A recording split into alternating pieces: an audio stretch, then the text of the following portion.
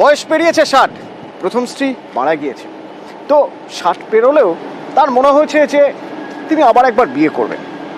বেশ, কিন্তু পাত্রী তো রাজি নয় বিয়ে করতে। সমস্যা একটাই, তার বাড়িটা হচ্ছে পাটকাঠি দিয়ে করা। তাই এবার তিনি বিডিওর দ্বারস্থ হয়েছেন, বিডিওর কাছে আবেদন করেছেন। তিনি বিয়ে করতে চান, কিন্তু বিয়ে করতে যে একটা পাকা বাড়ি লাগবে, না হলে বিয়ে হচ্ছে না। তাহলে আবাসে তাকে বাড়ি দেওয়া হোক। এই অবস্থা, আমার পাটকের চালা করে ঘর, আমার স্ত্রী মারা গেছে, তো আমাকে বিয়ে করতে হবে। আমার এই যে ঘর, এই দিকে আমাকে বিয়ে করছে না, কোনো মেয়েতে বিয়ে করতে চাইছে না, এই আমার সমস্যা। স্যার বলেছেন যে হ্যাঁ আপনার ব্যবস্থা করা হবে, এই কথা বলেছেন। আমি আবেদন করেছি। তাহলে আপনি বলতে চাচ্ছেন আপনার ঘর যদি পান তাহলে আপনার বিয়ে করা সম্ভব হবে? হ্যাঁ স্যার। প্রণব রয়েছেন আমার সঙ্গে সরাসরি। প্রণব, আমি যদি বিয়ে প্রসঙ্গটাকে বাদও রাখি, তাও তো এটুকু অন্তত জানা প্রয়োজন যে তার পাকা বাড়ি নেই। যদি না থাকে তাহলে আবাসের তালিকায় তার নাম নেই কেন?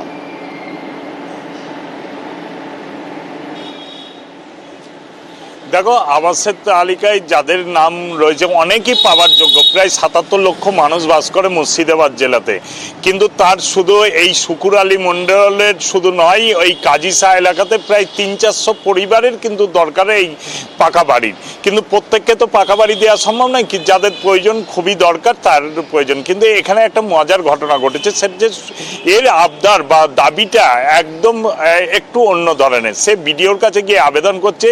মাস্টার আগে তার বউ মারা গিয়েছে, 3 ছেলে রয়েছে, তারা আলাদা আলাদা বাড়িতে থাকে। কিন্তু সে যে বাড়িটা থাকে সেটা হচ্ছে একবারেই পাটকাঠি দিয়ে বেড়া দিয়ে।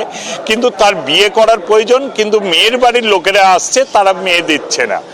এবং তারা প্রত্যেকেই বলছে ঘর যদি পাকা থাকতো তাহলে কিন্তু তারা বিয়ে দিত। তাই কি সে বেলডাঙ্গার যে তোমার 1 নম্বর ব্লকের যিনি ব্লক আধিকারিক, তার কাছে তার ঘরে গিয়ে যে স্যার আমি বিয়ে করতে চাই, কিন্তু বিয়ে দিতে রাজি হচ্ছে না কারণ আমার ঘর নেই, তাই আমাকে একটা আবাস যোজনার ঘর দেন। তবে তাকে নিরাশ করেননি কিন্তু বিডিও কিন্তু বলেছেন বিষয়টি দেখা হবে, আপনি আবেদন করুন। এবং বিডিওকে যখন আমরা প্রশ্ন করি, হতভম্ব হয়ে গিয়েছিলেন এরকম কারণ শুনে। তো যাই হোক, তারপরেও বিডিও জানিয়েছেন যে তিনি একবার খতিয়ে দেখবেন, দেখা যাক তাকে ঘর দেওয়া যায় কিনা।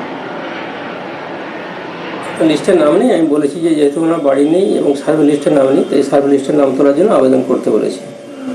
আবেদন দিয়ে জানি, উনি পরে কথা বলবেন বলেছেন। আবেদন দিলে আমরা দেখে নেব।